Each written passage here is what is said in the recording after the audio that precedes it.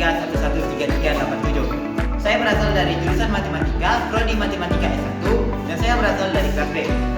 Nah, pada hari ini saya akan mengajarkan tentang materi logika matematika, yaitu pembuktian secara langsung. Nah, apa gunanya pembuktian? Pembuktian digunakan untuk membuktikan suatu pernyataan, apakah pernyataan itu benar atau salah. Nah, kali ini kita akan mengenalkan pernyataan implikasi. Apa itu pernyataan implikasi? Yaitu jika P maka Q.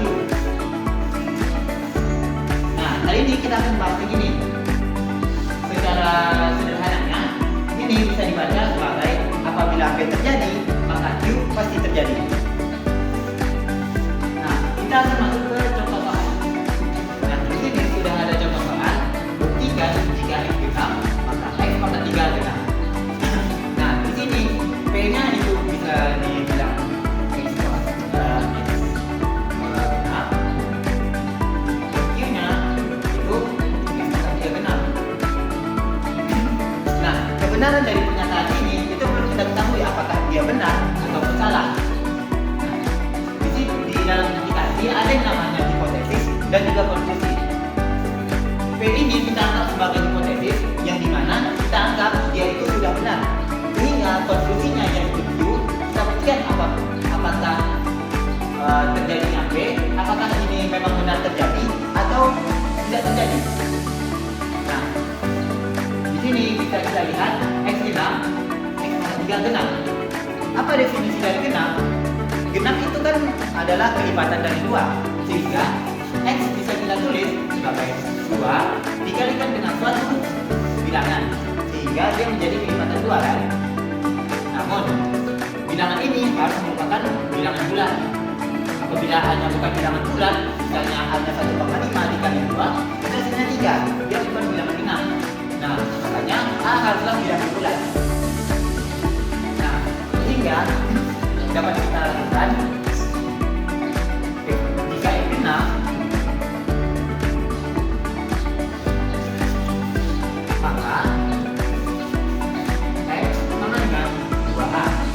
A kita bilangan bulat.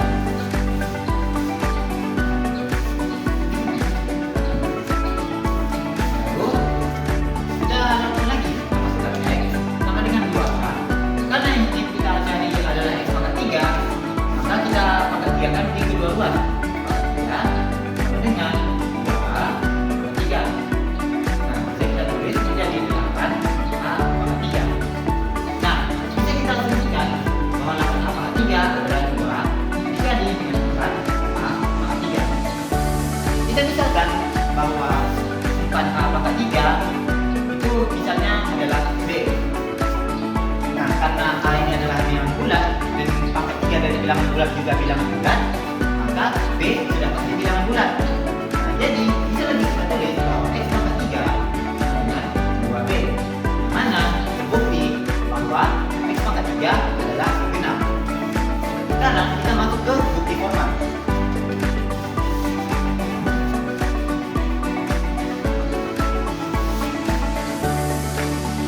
Di dalam bukti formal, yang pertama kita tulis yaitu adalah misalkan.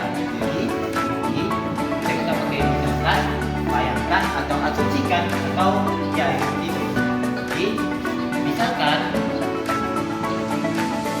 X genap